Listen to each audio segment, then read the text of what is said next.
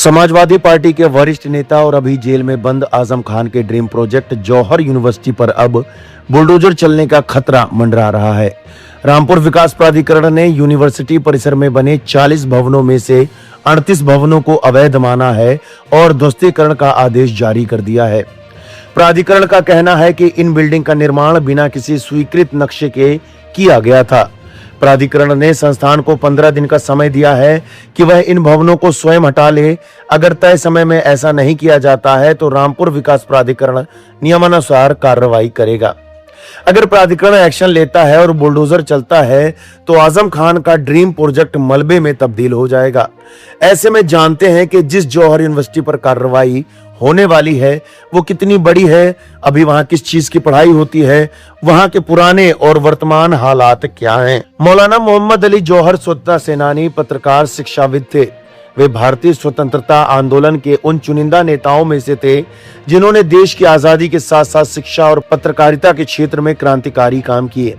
वे राष्ट्रपिता महात्मा गांधी के बेहद करीबी सहयोगी रहे और 1923 में इंडियन नेशनल कांग्रेस के राष्ट्रीय अध्यक्ष चुने गए। इसके साथ ही वे खिलाफत आंदोलन के मुख्य सूत्रधार और प्रमुख नेता थे। उनका जन्म रामपुर स्थित शेख अब्दुल अली खान के घर में हुआ था। जौहर यूनिवर्सिटी आजम खान का ड्रीम प्रोजेक्ट रहा है। साल 2006 में समाजवादी सरकार के दौरान इसका शिलान्यास हुआ था। तत्कालीन मुख्यमंत्री मुलायम सिंह यादव खुद कई मंत्रियों के साथ रामपुर आए थे। इसके बाद 2012 में इसका उद्घाटन अखिलेश यादव की सरकार में हुआ। मोहम्मद अली जौहर यूनिवर्सिटी को एक समय काफी सफल निजी विश्वविद्यालय माना जाता था और रामपुर और आसपास के पश्चिमी उत्तर प्रदेश में वो काफी लोकप्रिय था। यहाँ यूनिवर्सिटी की ओर से engineering, medical, pharmacy, law, BEd, management, paramedical और रिसर्च जैसे कई कोर्स करवाए जाते थे। साल 2017 से 2020 को यूनिवर्सिटी का सबसे पीक वक्त माना जाता है। उस वक्त बड़ी संख्या में स्टूडेंट यहाँ पढ़ते थे। हालांकि अभी भी 2026-27 के लिए नए एडमिशन चल रहे हैं। पीएचडी प्रवेश परीक्षाएं हुई हैं और नियमित कोर्स संचालित किए जा रहे हैं, लेकिन माना जाता है कि स्टूडेंट्स की संख्या में कमी आई है। शुरुआती सालों में इसका विशाल कैंपस, आधुनिक इमारतें और अनेक प्रोफेशनल कोर्स इसकी पहचान बने। यूनिवर्सिटी के शुरुआत होने के कुछ साल बाद यह यूनिवर्सिटी अपनी जमीनों को लेकर विवादों में आ गई। इस पर किसानों की जमीन कब्जाने का आरोप भी लगा। साथ ही ये भी आरोप लगा कि इस यूनिवर्सिटी के नाम पर जितनी जमीनें अधिग्रहित की गई उनमें से ज्यादा सरकारी जमीनें थी। इसके अलावा यूनिवर्सिटी में आधे से ज्यादा सरकारी पैसे का इस्तेमाल हुआ है।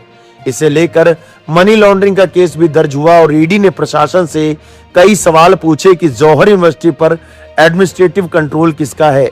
साथ ही जमीन अधिग्रहण करने के वो सभी रिकॉर्ड मांगे हैं जिसमें गलत तरीके से सरकारी और दूसरी जमीनें जौहर यूनिवर्सिटी ट्रस्ट के नाम पर अधिग्रहित की गई थी।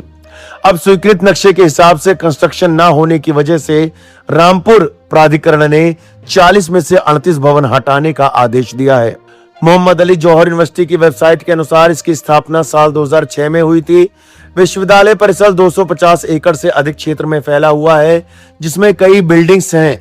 यहाँ विज्ञान, लॉ, शिक्षा, वाणिज्य, इंजीनियरिंग और टेक्नोलॉजी, फार्मेसी, नर्सिंग सहित पैरामेडिकल विज्ञान और एग्रीकल्चर से जुड़े कोर्स करवाए जाते हैं।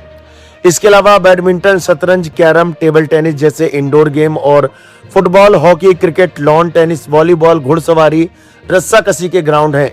वेबसाइट पर दी गई जानकारी के अनुसार करीब 90 टीचर 24 अलग अलग विषयों को पढ़ाते हैं। दावा किया गया था कि यूनिवर्सिटी में एक पुस्तकालय है जिसमें 40,000 से अधिक किताबें हैं। इंटरनेट सुविधा से लैस 170 से अधिक नोट्स वाली 5 computer lab, video conferencing, virtual classroom, smart classroom, विशाल सभागार, एक कृषि प्रायोगिक फार्म, 2 विशाल कैंटीन, शॉपिंग कॉम्प्लेक्स की भी सुविधा है। इस खबर को आप किस नजरिए से देखते हैं हमें कमेंट बॉक्स में जरूर बताएं।